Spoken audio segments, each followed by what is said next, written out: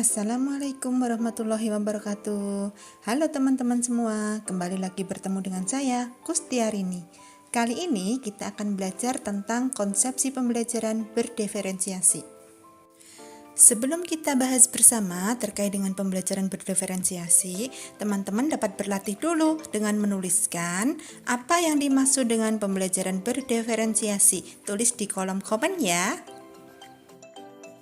Nah, sekarang kita pelajari bersama ya terkait dengan pembelajaran berdiferensiasi.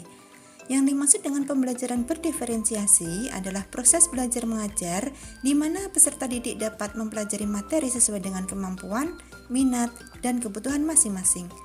Guru perlu memahami bahwa tidak ada satu cara tunggal dalam mempelajari suatu bahan pelajaran. 3 aspek yang dapat dibedakan oleh guru adalah konten yang diajarkan, proses atau kegiatan bermakna di kelas, dan asesmen berupa pembuatan produk di akhir pembelajaran. Sekarang coba dicek ya di kolom komentar apakah jawaban teman-teman sudah sesuai.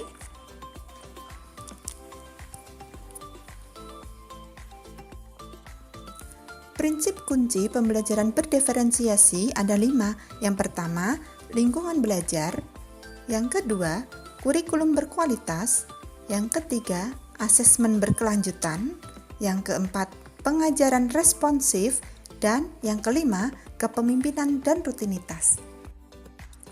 Lingkungan belajar yang dimaksud dalam pembelajaran berdiferensiasi itu meliputi lingkungan fisik sekolah dan kelas di mana peserta didik menghabiskan waktunya dalam belajar di sekolah.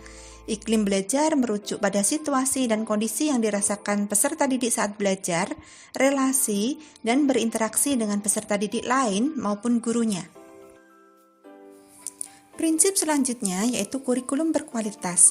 Kurikulum yang berkualitas harus memiliki tujuan yang jelas sehingga guru tahu apa yang akan dicapai di akhir pembelajaran. Fokus utama adalah pada pemahaman peserta didik, bukan pada hafalan materi. Yang meliputi tujuan jelas, fokus pemahaman, tantangan sesuai kemampuan, dan langkah konkret. Prinsip selanjutnya yaitu asesmen berkelanjutan. Asesmen berkelanjutan melibatkan formatif asesmen yang dilakukan secara terus-menerus untuk memperbaiki pengajaran dan memantau pemahaman peserta didik. Nah, asesmen berkelanjutan ini terdiri dari asesmen awal, asesmen proses, dan asesmen akhir.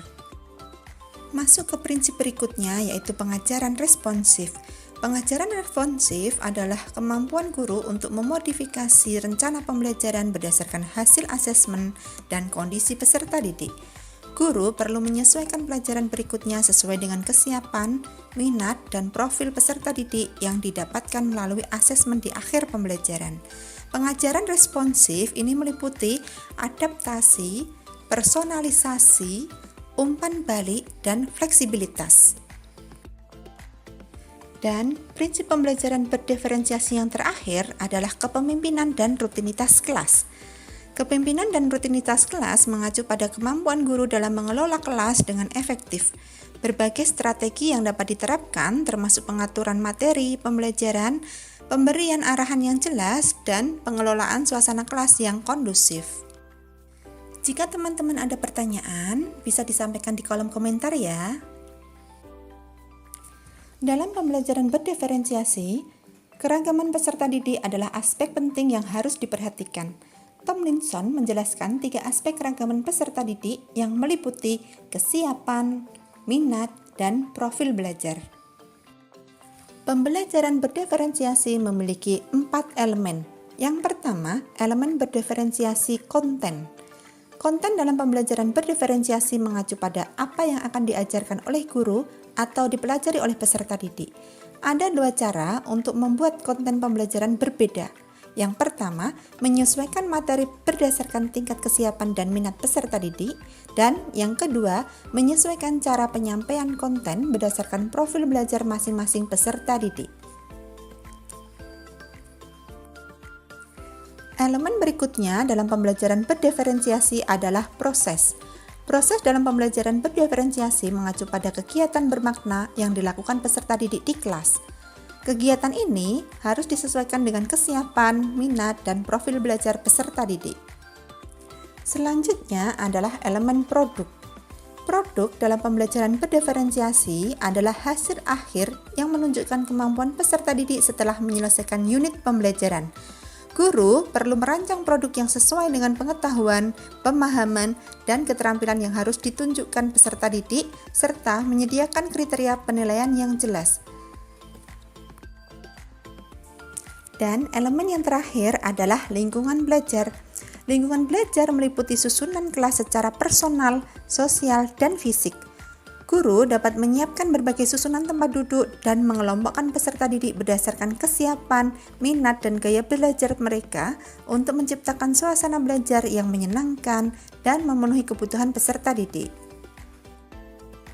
Bagaimana teman-teman? Apakah sudah mengerti terkait dengan pembelajaran berdiferensiasi? Jika ada pertanyaan, silahkan ditulis di kolom komen ya. Pada deskripsi video ini terdapat link untuk latihan soal. Silahkan teman-teman bisa mengeklik kemudian mulai mengerjakan. Waktu pengerjaannya maksimal 10 menit. Silahkan mencoba. Nah teman-teman, kita sudah mempelajari tentang pembelajaran berdiferensiasi. Semoga apa yang kita pelajari bermanfaat ya. Sampai ketemu lagi di video berikutnya. Wassalamualaikum warahmatullahi wabarakatuh.